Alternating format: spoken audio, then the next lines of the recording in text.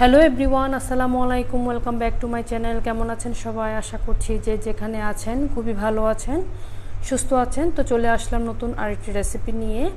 তো এই তো আমি ঘরে তৈরি কিভাবে খুব সহজে আমরা ঘরে পাকা আমের জ্যাম তৈরি করতে পারি সেই রেসিপিটি আজকে আপনাদের সাথে শেয়ার করব। আর যেহেতু ঘরে তৈরি সেজন্য স্বাস্থ্যসম্মত আর খেতে অনেক টেস্টি হয়েছিল এই পাকা আমের জ্যামটা। তো এখন যখন আম অ্যাভেলেবেল পাওয়া যাচ্ছে, তো খুব সহজে আমরা এভাবে পাকা আমের জ্যাম তৈরি করে সংরক্ষণ করে ফ্রিজে রেখে দিতে পারি।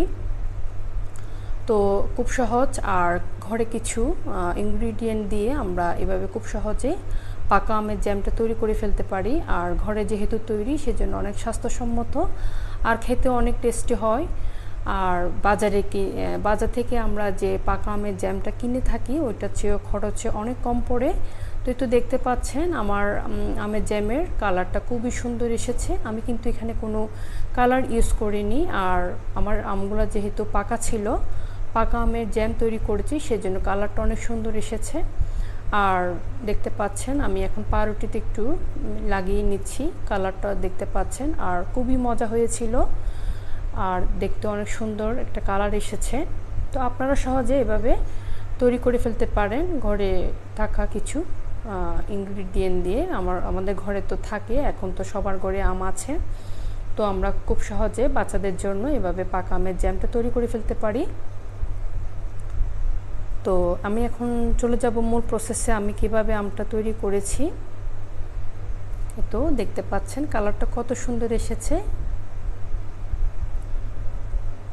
বাচ্চারা খুবই পছন্দ করবে এই পাকা আমের জ্যামটা। তো আমি চলে যাচ্ছি মূল প্রসেসে এখন, কিভাবে আমি আম জেলটা তৈরি করেছি। এখানে আমি দুইটি মিডিয়াম সাইজে খুবই পাকা আম নিয়েছি, আর কোনো আঁশ থাকতে পারবে না আমগুলাতে। তো মিডিয়াম সাইজের দুইটা আম নিয়েছি। এখন আমগুলাকে ছিলে নিব, আর খুব পাকা টসটসে হতে হবে।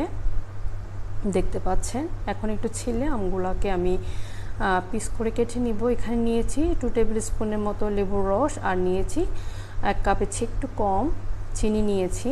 আমার আমগুলা অনেক মিষ্টি ছিল, সেজন্য চিনিটা একটু কমই নিয়েছি আমি। তো আমি আমগুলাকে একটু ছিলে নিচ্ছি, ছিলে ছোট পিস করে কেটে নিব।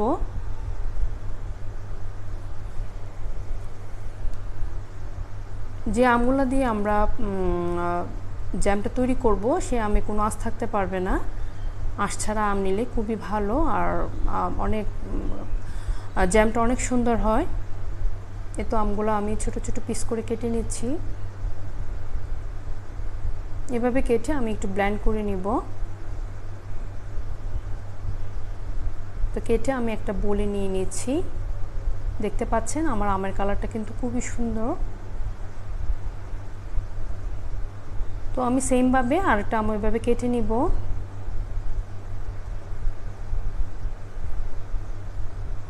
তো আমি আমটাও কেটে নিব, আর কেটে ব্লেন্ড করে নিব।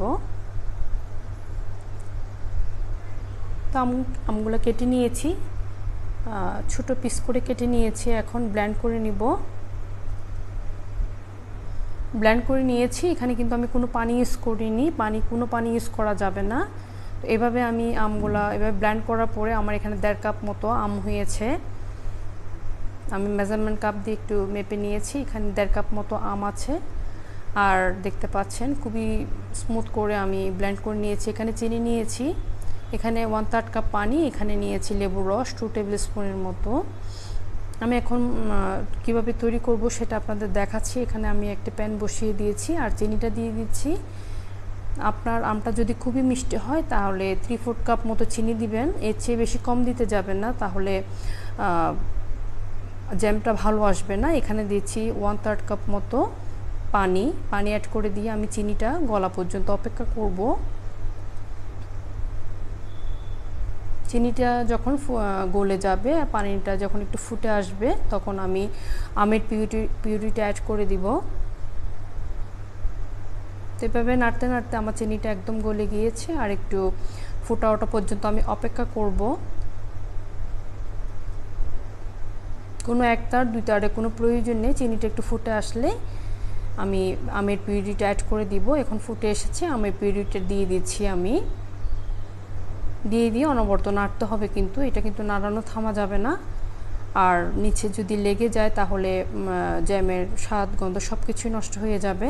তো এভাবে অনবরত নাড়তে হবে যাতে নিচে লেগে না যায়। এখন যখন একটু ফুটে এসেছে আমি দিয়ে দিচ্ছি 2 টেবিল স্পুনের মতো লেবুর রস।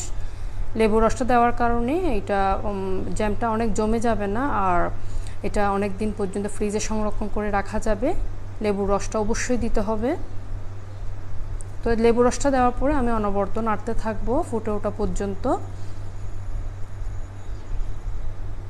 তো আমি এভাবে 10-15 মিনিট পর্যন্ত ফুটতে দিব। তো অনবরত নাড়তে হবে, কিন্তু এটা নাড়ানো থামা যাবে না। তো অনেকটা হয়ে এসেছে, আমি আরও 10-15 মিনিট রেখে দিব।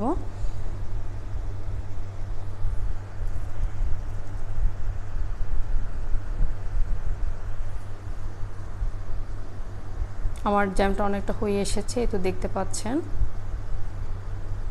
কালারটা একদম চেঞ্জ হয়ে গিয়েছে, আর খুবই সুন্দর একটা কালার এসেছে।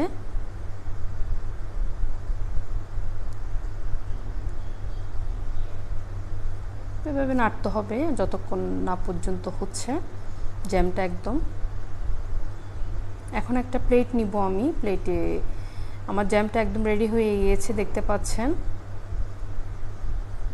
প্লেট নিয়ে একটা একটু জ্যাম দিব, এভাবে যদি ঢলে না পড়ে তাহলে বুঝবো আমার জ্যামটা একদম রেডি।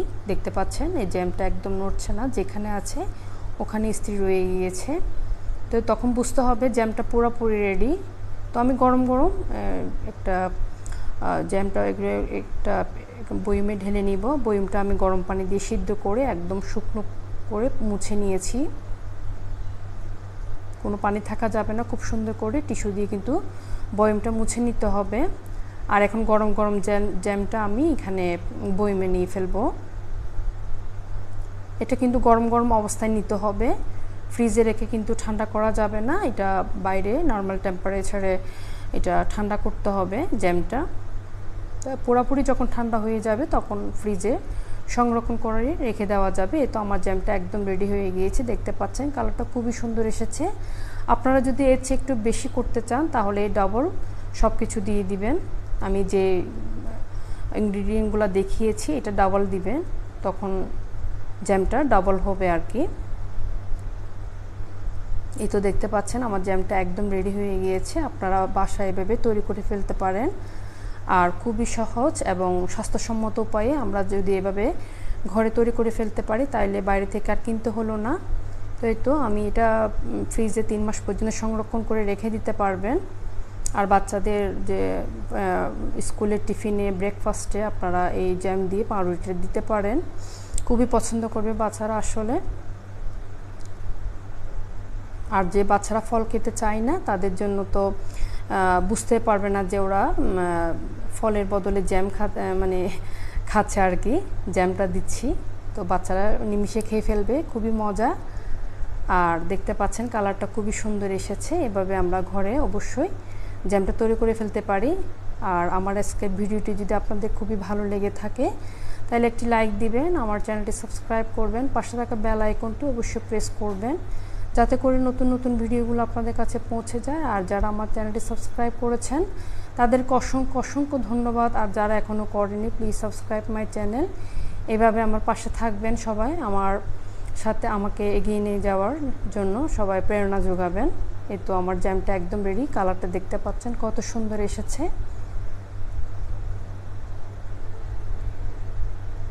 তো আজকের মতো এখানে আমার ভিডিও শেষ করছি। সবাই ভালো থাকবেন, সুস্থ থাকবেন, আর আমার জন্য দোয়া করবেন। আমিও আপনাদের জন্য দোয়া করছি।